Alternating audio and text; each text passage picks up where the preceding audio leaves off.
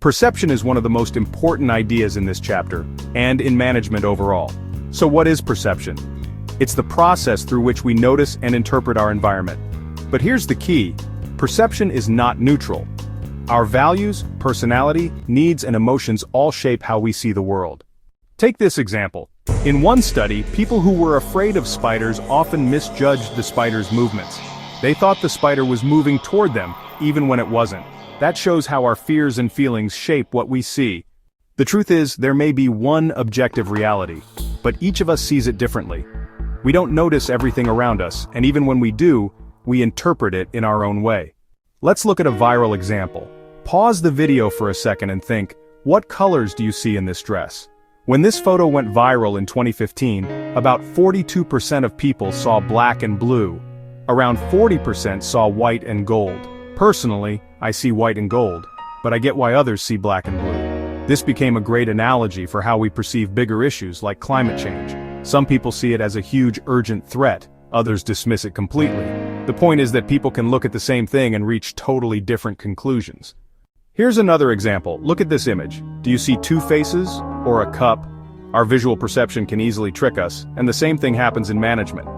A manager's perception of employees isn't always accurate or fair. Our perception of ourselves can also be biased. First, there's self-enhancement bias. That's when we overestimate our performance and abilities.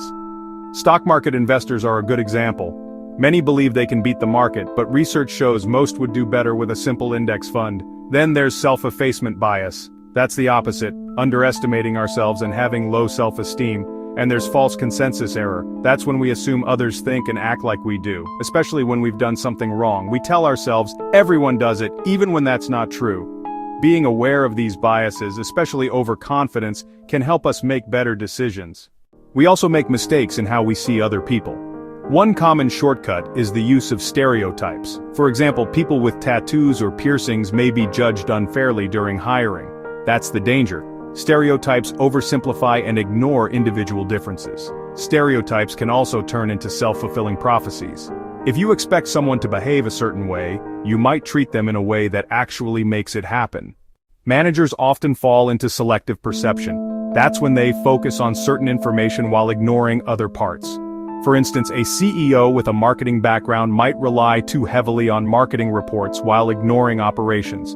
Add confirmation bias to the mix, and people end up only seeking evidence that supports their beliefs. One study showed that people for and against the death penalty dismissed evidence that contradicted their position and trusted evidence that confirmed it. We see the same thing on social media, where algorithms feed us opinions that match our own. That creates the illusion that everyone thinks this way. A good habit is to actively look for opposing views to challenge your own thinking.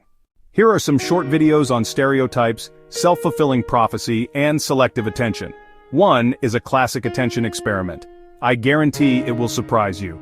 There's also a podcast episode from Freakonomics that dives into stereotypes in hiring. It looks at the ban the box movement, which banned early questions about criminal records on job applications. The goal was to help former prisoners get jobs, but the research showed an unintended effect. Employers, unable to ask directly, sometimes guessed instead, and ended up discriminating more against young men of color. It's a powerful example of how perception shortcuts can create unfair outcomes. Finally, let's talk about first impressions. Research shows that something as simple as a firm handshake, 3 to 4 pumps, can create a positive impression. Small details like this matter because perception shapes how others respond to us. That wraps up part 3. The big lesson is this: perception shapes how we see ourselves, others, and the world around us. Managers need to be especially aware of these biases because their decisions depend on them.